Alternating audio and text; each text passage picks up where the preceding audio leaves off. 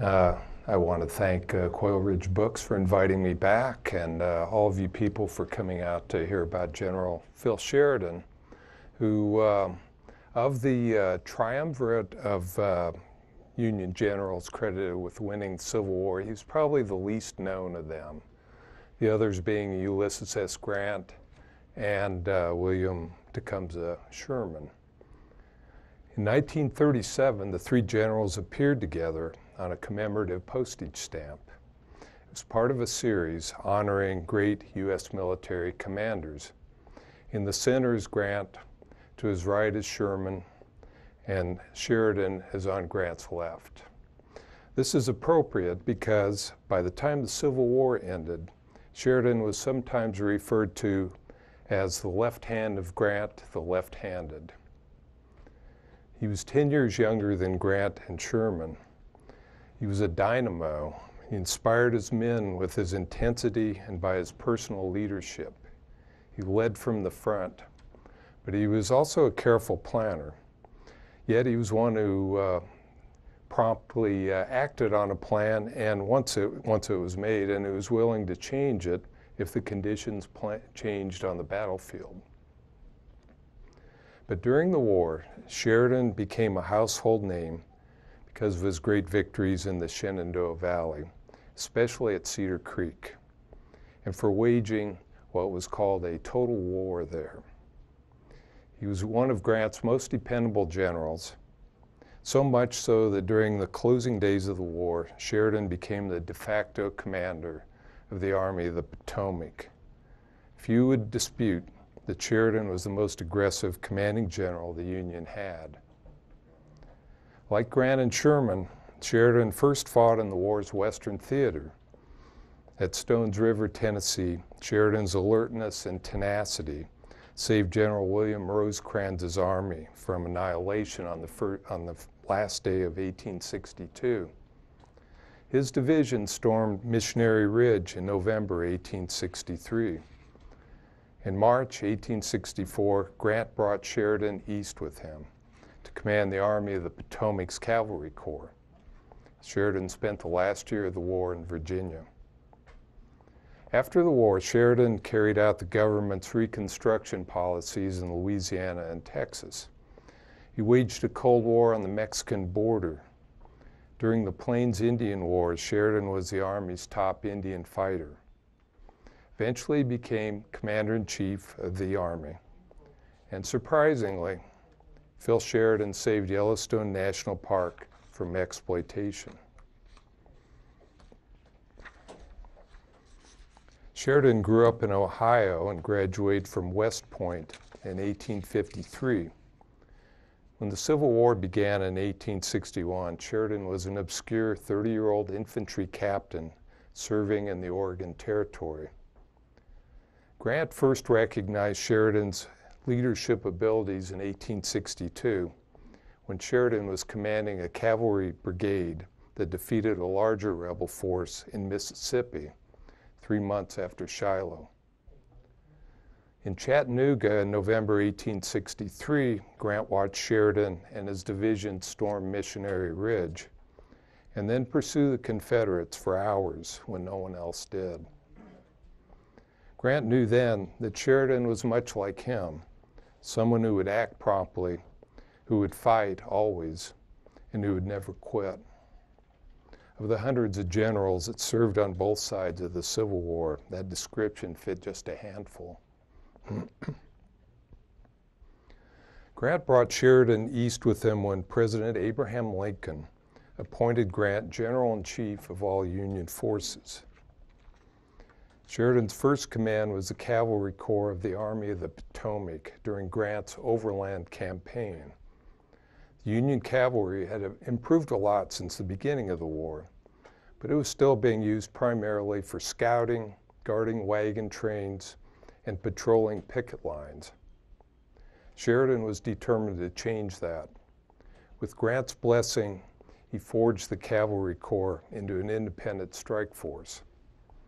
At Yellow Tavern in May 1864, Sheridan's troopers overwhelmed Jeb Stuart's fabled rebel cavalry. Stuart was wounded in the battle and died the next day. It was another hard blow to the Confederacy, coming almost a year to the day after Stonewall Jackson's death. Grant's confidence in Sheridan was rewarded by Sheridan's battlefield victories and his impressive post-war achievements. When he was president, Grant once told a congressman that Sheridan had no superior as a general, living or dead, and possibly no equal. Sheridan said Grant was capable of more than generalship. He could manage a territory as large as any two nations can cover in a war. But Sheridan would never have risen so high, nor would he have had cities and counties named after him without Cedar Creek. Gutzon Borglum's statue in Sheridan Circle in Washington depicts Sheridan on his towering warhorse Rienzi in the act of rallying his army at Cedar Creek. Green with age, the statue conveys Sheridan's electric energy.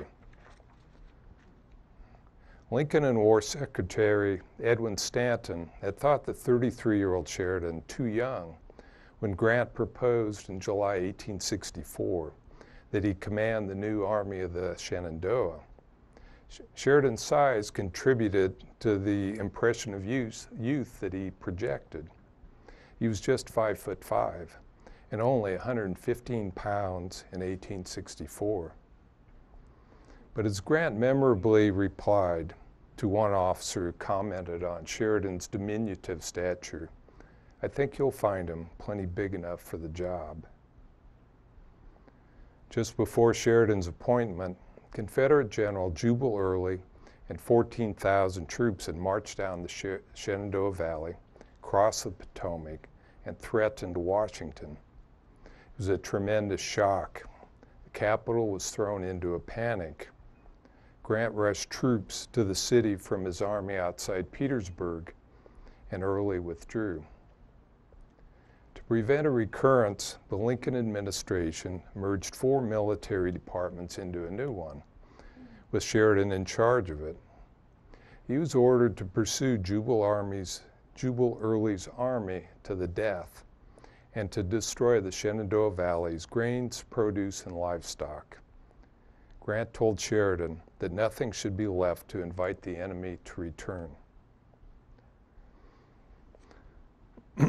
At first, Sheridan did little more than maneuver. He had been cautioned not to go on the offensive until he was sure of victory. A defeat would harm President Lincoln's re-election chances in November. And this was his first major command, so he was moving carefully. In mid-September, Sheridan learned from an informant, a Quaker school teacher in Winchester named Rebecca Wright, that Early had sent away men to Robert E. Lee's army. Sheridan saw his chance. On September 19th, he attacked Early's army and defeated it at the Third Battle of Winchester. 3 days later, Sheridan's army followed up with a second victory at Fisher's Hill. After the 2 victories in September, Sheridan did not expect an attack by the rebels, who were outnumbered roughly 2-1. But at daybreak, October 19th, they launched a brilliant surprise attack, literally catching the Union soldiers sleeping. They routed Sheridan's 34,000 men. Sheridan was not there. 3 days before, he had been summoned to meetings in Washington and not yet returned to his army. He had spent the night in Winchester, 15 miles away. After a quick breakfast, he left Winchester with his staff and cavalry escort. News of the debacle that was still unfolding at Cedar Creek had not yet reached him. Riding south, he heard cannon fire. As he and his entourage drew closer, the firing grew louder. Then, reaching a hilltop, Sheridan saw the magnitude of the disaster that had befallen his army. Blue-clad soldiers swarmed toward Winchester in disordered retreat. He stopped to weigh his next move. Should he try to reform a new line near Winchester? Most commanders would have thought only of damage control at this point.